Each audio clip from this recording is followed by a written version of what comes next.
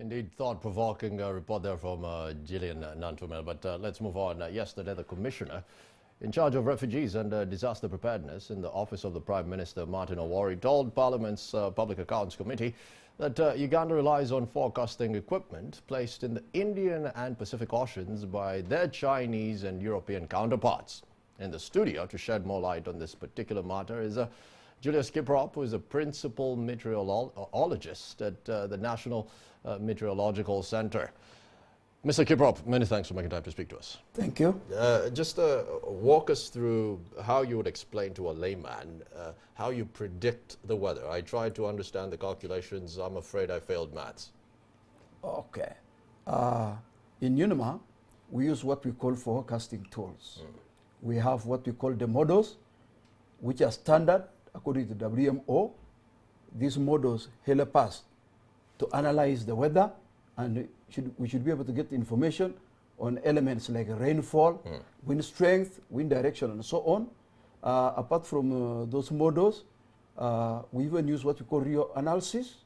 We have satellite images and even charts, our own, which we can plot, and we get how the weather pattern is. And we have others. For example, Uganda now has a modern radar in Africa. It was installed 2 weeks ago in Entebbe, and I think it is on test now, and we are going to get the best data, and that one is touching Lake Victoria Basin and the Special Central. Julius, if I could just jump in. Well, one thing that's very striking here is when you mentioned satellites. Now, these are very, very expensive. It's quite expensive equipment across the African continent. I'm sure we don't have even 10 orbiting our space. Well, until one of the rich guys, actually one of theirs, passes past Africa. Just give me a sense of, when you say satellites, who are we relying on? Because I know for a fact we do not have our own. We have satellites in space, which are helping the world people, and these ones are approved by the World Meteorological Organization. For your information, we don't own any of these phenomena like wind and so on. Yes, yes. They move everywhere.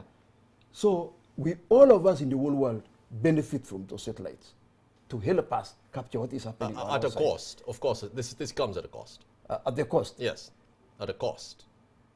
In our organization? Yes, the Ugandan taxpayer. How much does it set you back every year? Definitely, Uganda as a country has to input money for this.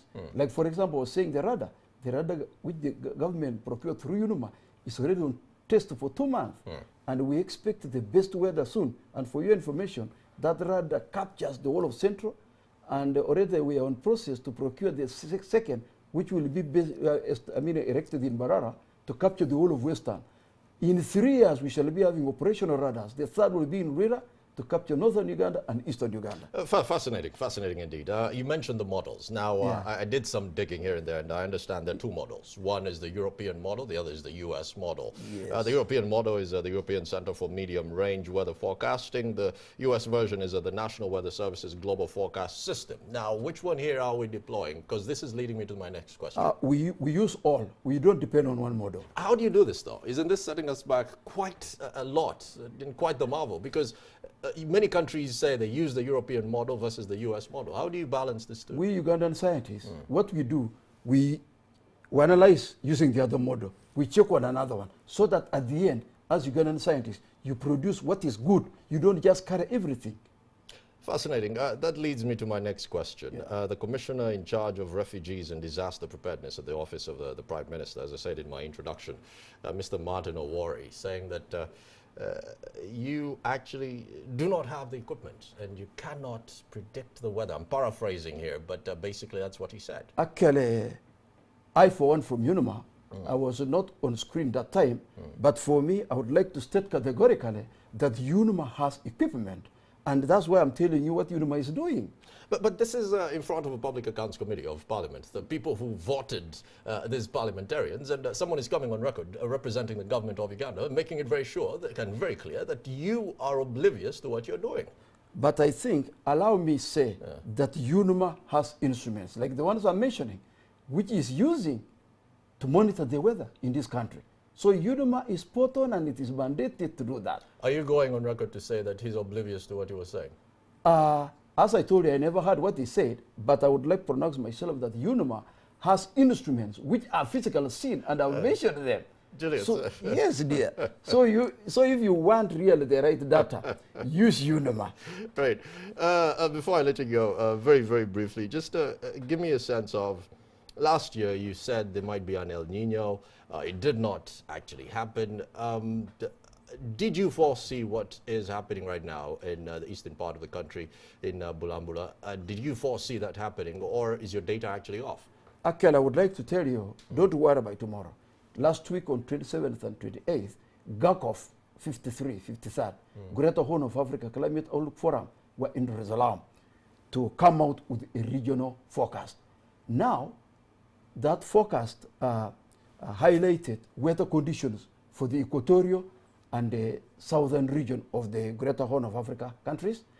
And it is also stating that the Red Sea region is going to experience enhanced drier conditions. Countries like Sudan, and Eritrea are in that. But tomorrow, by grace of God, UNIMA scientists are going to downscale that regional forecast. And by tomorrow, the executive director, Dr. Festus Luwera, who is the CEO of UNIMA, will pronounce himself on what you are asking me. So I can't preempt that. Wait for tomorrow. Julius, looking forward to tomorrow, and of course the weather, as always. Many thanks for making time to speak to us. It's quite late actually, 21:23. That was Mr. Julius Kiprop, just giving us what is happening at the UNMA, as he called it. And it's very fascinating how one official was saying one thing and the other saying quite the other. He's here. You heard it from the horse's mouth, making it very clear that you know what, we know what we're doing. I don't know. It's quite fascinating and still a developing story. Let's take a short break. More NTV Tonight after this.